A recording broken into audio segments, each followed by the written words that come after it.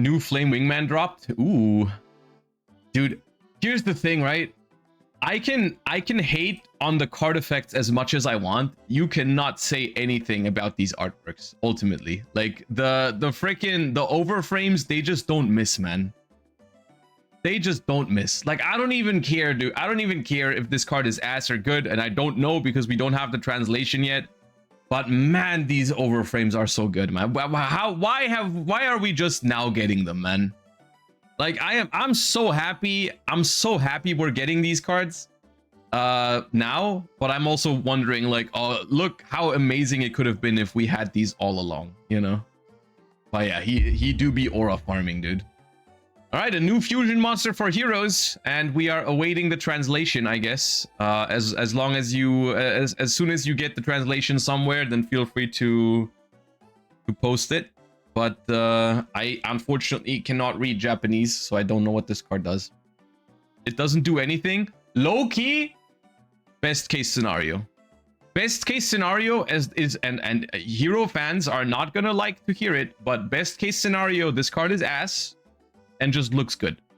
That's what we want from it. All right, that's what we want from this card. We want it to suck ass and look awesome. That's what we want. The first translations say it's just a super poly target.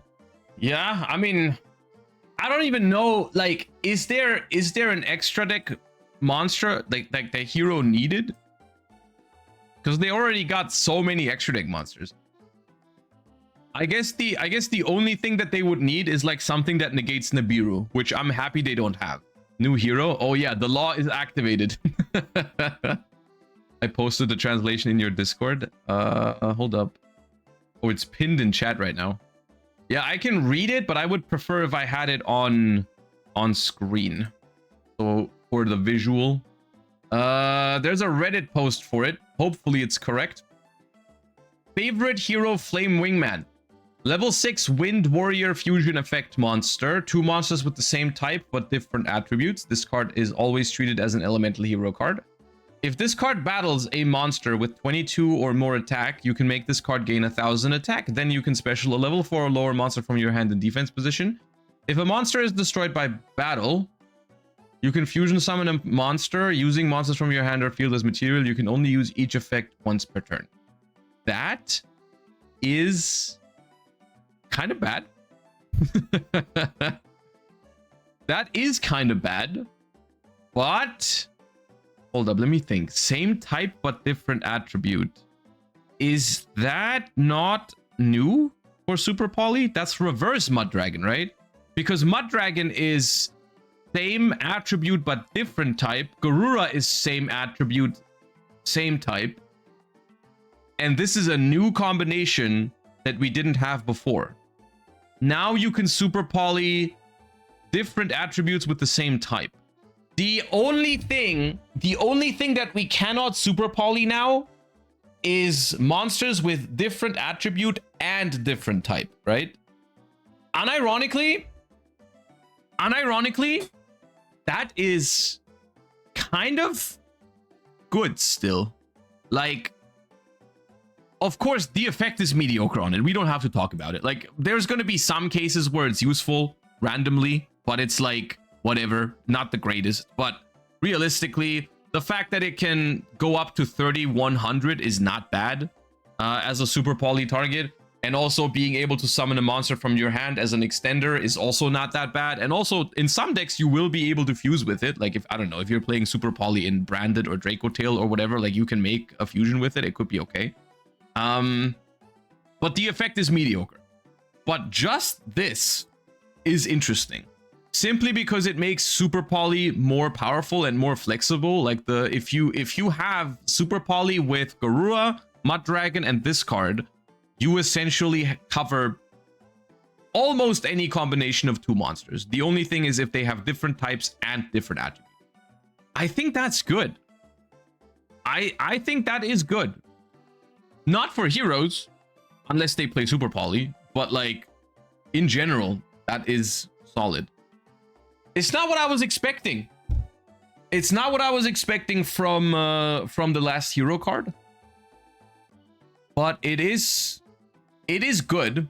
and strong, but not in the way that I was expecting. Like I was expecting it to be like a good card in Heroes maybe, but I think it's pretty much just Super Poly. But at the same time, just Super Poly is also like a weird statement, because Super Poly is a very relevant card. And the better Super Poly gets, the more likely it is that it becomes like a staple board breaker in the format. Because there's nothing worse than having Super Poly in a matchup where you can't use it, and it becomes less and less likely the more different targets we have. Just Super Poly alone sees more play than any hero. In competitive, yes. In competitive, this is true. Like Super Poly, you probably have more people playing Super Poly than people playing Hero at competitive tournaments, right? So in some ways, this is even more relevant than support for heroes if it's support for Super Poly, right? The tightness of the extra deck is the main thing holding back infusion decks. I mean, it's also the main thing that's holding back Super Poly. I think if decks had more room for Super Poly targets, I think more decks would be playing Super Poly. That is true. So once again, as always, it's going to depend on the format and the decks in the format, and how much room they have in the extra deck. But like, the more possibilities there are with Super Poly, the stronger the card gets. 100%. This and the Shining Wingman retrain is both just Super Poly targets. It's so dumb. I disagree.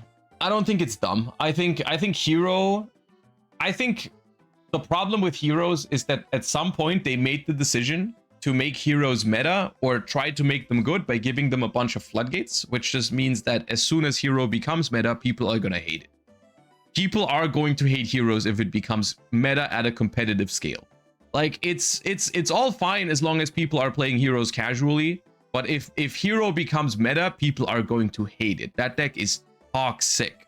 Like if they gave Heroes ways to play through hand traps and play through Nibirus, then it's just going to be the most obnoxious combo decks in the game that just like plays through Nib, negates everything with Plasma, stops you from playing spells with Dark Angel, summons Dark Law. Like, and people are not gonna have a fun time if Heroes becomes meta. Heroes is an awesome archetype. I agree. They are cool, but they are not healthy for competitive Yu-Gi-Oh. So the best possible outcome for hero support is if it just looks cool, because people are gonna want this card anyways.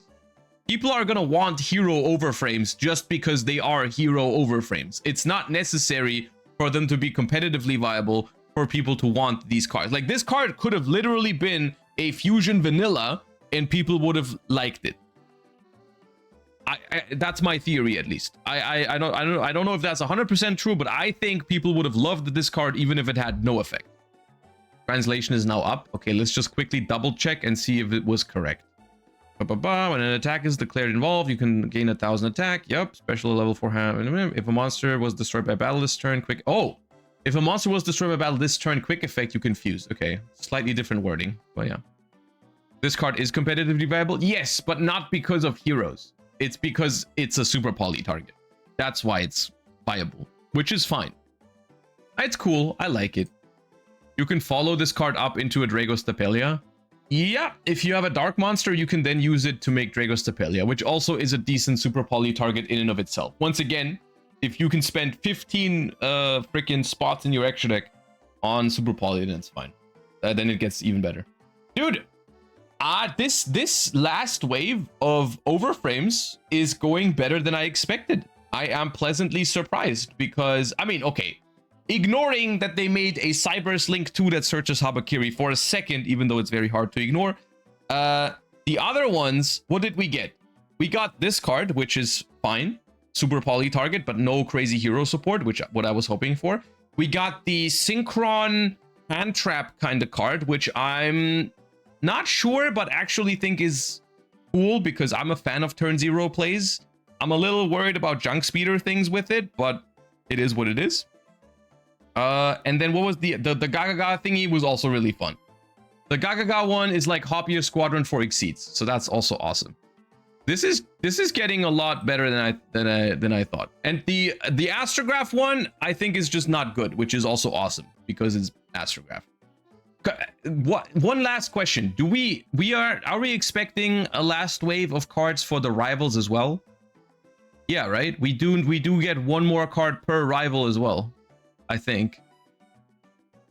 So what's missing? Tomorrow we're getting the last hero card, which should be Dark Magician support, right? Astrograph is a 3 of. Yeah, but like at X5 record, so that's fine. It's okay if it's a 3 of if I never play against it, if I win round 1. That's alright. We get Dark Magician tomorrow, and then we get one more card for each rival, right?